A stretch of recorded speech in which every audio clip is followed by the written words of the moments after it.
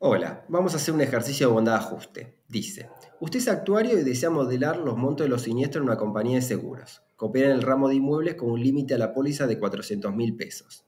Sospecha que los montos de los siniestros podrían modelarse mediante una distribución exponencial o normal. Toma una muestra de montos, los agrupa en 14 intervalos de igual amplitud y realiza un test G cuadrado. A. ¿Qué parámetros estimaría y cómo? B. Sabiendo que el valor del estadístico muestral para el ajuste exponencial es 6,304 y para el ajuste normal el estadístico resultó 17,275, ¿cuál de las dos distribuciones se elegiría para modelar los montos de los siniestros de la compañía? ¿Los dos ajustes son adecuados? Justifique claramente con el p-valor. Bueno, vamos por parte. La pregunta A me preguntaba qué parámetro estimaría y cómo, ¿no? Lo que tengo que hacer en el ejercicio en sí es testear si el ajuste exponencial y o normal son adecuados y elegir entre uno y el otro. O sea que tengo que hacer dos t y cuadrado de bondad de ajuste, uno para distribución exponencial y otro para distribución normal. En ninguno de los casos me especifica que testee con algún valor del parámetro especificado, por lo cual tengo que estimar todos los parámetros que tenga la función de densidad en cada caso. Por lo tanto, en el caso de la función exponencial, que acá escribí la función de densidad, esta es una de las formas de escribirla, porque recuerden que acá está escrito como 1 sobre beta, y esto lo pueden escribir como beta, entonces se quedaría beta por e a la menos x por beta, pero bueno, otra forma de escribirla escribiendo 1 sobre beta, e a la menos x sobre beta.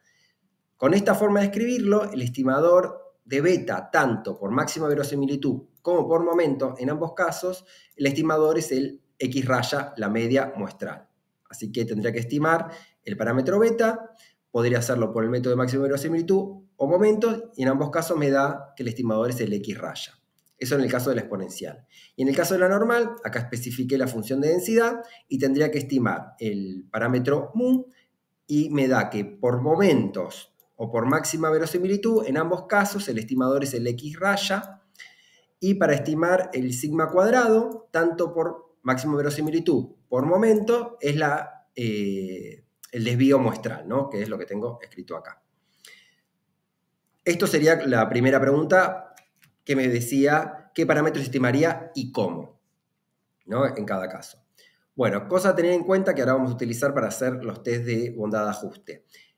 K es la cantidad de parámetros a estimar, en el caso de la exponencial es 1 el parámetro a estimar, y en el caso de la normal son 2, porque tengo que estimar los dos. Y en el de la exponencial tengo que estimar el que tiene, ¿no? Porque, repito, no me especifica que testee con algún valor del parámetro prefijado. Después me dice que dividió en 14 intervalos, o sea que el n en ambos casos es 14. No me especifica nada sobre el tamaño de la muestra, pero lo que nosotros tendríamos que decir es que ese n tiene que ser mayor o igual a 5 por 14. 14 es la cantidad de intervalos y la condición que uno pone es que haya por lo menos 5 muestras por intervalo. Por lo tanto, el tamaño de la muestra tiene que ser mayor o igual a 5 por 14. Esa es la condición que uno agregaría.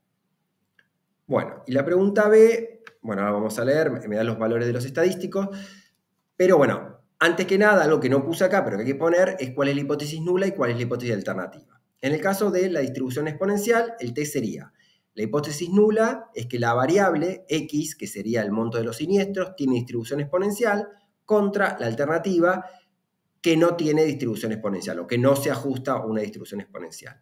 Y en el caso de la normal, que x, que sería el monto de los siniestros, la hipótesis nula es que la variable se distribuye como una normal contra la alternativa que no se ajusta, que no se distribuye como una normal, sin especificar ningún valor para los parámetros. Bueno, después especificamos que si H0 es verdadera, por lo tanto, por ejemplo, en el test de la distribución exponencial sería si H0 es verdadera, es que la variable se distribuye como una exponencial, el estadístico, que es lo que tenemos escrito acá, tiene distribución y cuadrado con n menos k menos 1 grado de libertad. N es la cantidad de intervalo, K la cantidad de parámetros a estimar, menos 1. Bueno, en este caso, en este ejercicio, no hay que hacer todo lo que uno haría en un test de bondad de ajuste, que es hacer bueno, en este caso los 14 intervalos, o sea, dividir en intervalos, calcular la probabilidad de los intervalos, calcular el n esperado, comparar. Directamente me da el valor del estadístico observado. Por lo tanto, es como que, bueno, saltamos directamente a la parte como de la conclusión y determinación de la hipótesis nula, o sea, si la retengo o la rechazo. Acá lo que especifiqué es, bueno, que la distribución del el estadístico. En el caso de una exponencial, tiene distribución y cuadrado con 12 grados de libertad, y en el caso de la normal con 11 grados de libertad, porque hay un parámetro más. Por lo cual, yo no puedo decidir entre uno y otro, ahora vamos a ver eso, comparando los estadísticos porque pertenecen a la misma distribución, pero con diferentes grados de libertad, por lo tanto son distribuciones distintas, porque tienen diferente grado de libertad. Pero bueno, vamos por parte. Primero, analicemos el caso de la distribución exponencial. Lo que me dice que el estadístico es 6,304. Bueno, como no me da ningún alfa como para dividir la zona de aceptación y la zona de rechazo, vamos a decidir por p-valor. Recordemos siempre que los test de bondad de ajuste, la zona de rechazo es a derecha. A derecha, siempre la zona de rechazo es a derecha, por lo cual el p-valor siempre es la probabilidad que se acumula a derecha del estadístico observado. O sea que el p-valor del test de la distribución exponencial es la probabilidad que se acumula a la derecha de 6,304, que eso se puede escribir como 1 menos la acumulada de 6,304, ¿no? Entonces, acá lo que hay que hacer es calcular la acumulada de 6,304 en una distribución y cuadrado con 12 grados de libertad y hacer 1 menos la acumulada y me da 0,899.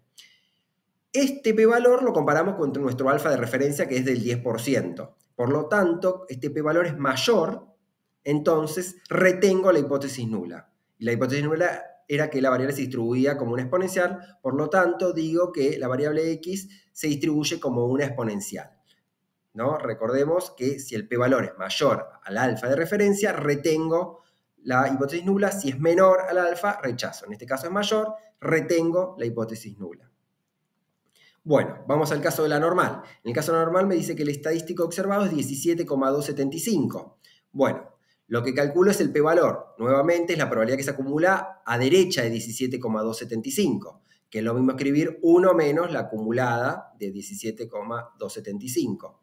Calculo acá la acumulada de este valor en la distribución y cuadrado con 11 grados de libertad, hago 1 menos la acumulada y me da 10. Bueno, acá me dio justo 10, ¿no?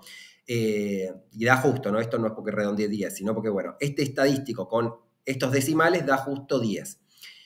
Acá lo comparamos con nuestro alfa, que es de 10%.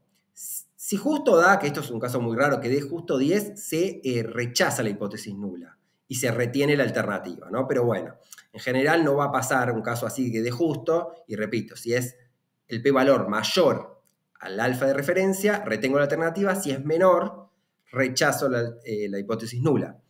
En este caso, como es igual, rechazo la hipótesis nula, retengo la alternativa, que el ajuste no es adecuado. Por lo cual, en estos casos es bastante simple decidir, porque en la distribución normal decimos que el ajuste no es adecuado y en el de la exponencial decimos que sí es adecuado. Por lo tanto, el ajuste que elegiría es el de la exponencial. Pero, para charlar un poquito, pongamos el caso de que el p-valor en la normal hubiera dado 11%, 0,11. Supongamos, repito, no es el caso, que el p-valor en la distribución normal hubiera dado 0,11. En ese caso, 0,11 mayor a 10%, retengo la hipótesis nula, el ajuste es adecuado. Por lo tanto, en ese caso tendría que los dos ajustes adecuados. ¿Cómo termino de discernir entre cuál de los dos elijo? El que tiene mayor p-valor. Elegiría la distribución exponencial porque tiene mayor p-valor. Vuelvo a repetir, si ambos ajustes son adecuados, porque el p-valor es mayor al alfa de referencia, me quedo con aquel que tiene mayor p-valor. En este caso, la distribución exponencial. Y esa sería la respuesta, ¿no? Pero bueno, como repito, en este caso, el ajuste normal no era adecuado, me quedo con el exponencial. Como para charlar un poquito más y relacionar esto del p-valor con el estadístico y ver qué es lo que tiene el estadístico, pensemos lo siguiente, ¿no? Esto que yo digo, me quedo con aquel que tiene mayor p-valor. Un p-valor grande está relacionado con un estadístico observado pequeño, ¿no? No, porque pensemos que el p-valor es la probabilidad acumulada a derecha. Si yo tengo acumulada mucha probabilidad a derecha, quiere decir que tengo un estadístico pequeño, cercano a 0. Si yo tuviera un p-valor chiquito, tengo un estadístico grande, porque necesito un estadístico grande para dejar poca probabilidad acumulada a derecha. Por lo tanto, si tengo un p-valor grande, esto se relaciona con un estadístico chiquito, pequeño. Y un estadístico pequeño se relaciona con pocas diferencias entre los NI esperados y los NI observados, ¿no? Están elevados al cuadrado para que no se cancelen diferencias positivas y negativas, ¿no? Para ir sumando las diferencias entre lo que se da, entre lo esperado y lo observado, al cuadrado para evitar ese tipo de cancelaciones. Pero en sí, bueno, lo que se está sumando son diferencias al cuadrado entre lo esperado y lo observado. Si el estadístico es chico, quiere decir que hay poquitas diferencias entre lo esperado y lo observado. Si el p-valor es pequeño, el estadístico es grande. Si el estadístico es grande es porque se observan muchas diferencias cuadradas entre lo esperado y lo observado. Lo que tenemos que pensar es que por más que el ajuste sea adecuado, puede haber diferencia entre lo esperado y lo observado por una cuestión de fluctuaciones aleatorias en el proceso de muestreo. Por una cuestión en el proceso de muestreo, siempre puede ocurrir que haya diferencia entre lo esperado y lo observado, aunque el ajuste sea el que estamos testeando. Pero ¿qué pasa? Cuando estas diferencias empiezan a ser grandes y superan a la distribución, al estadístico crítico, en ese momento lo que podemos pensar es que esas diferencias no se deben por las fluctuaciones en la aleatoriedad del proceso de muestreo, sino a que el ajuste no es adecuado. Y porque el ajuste no es adecuado, hay diferencias grandes entre lo esperado y lo observado. Bueno, espero que se haya entendido esta última aclaración que hice.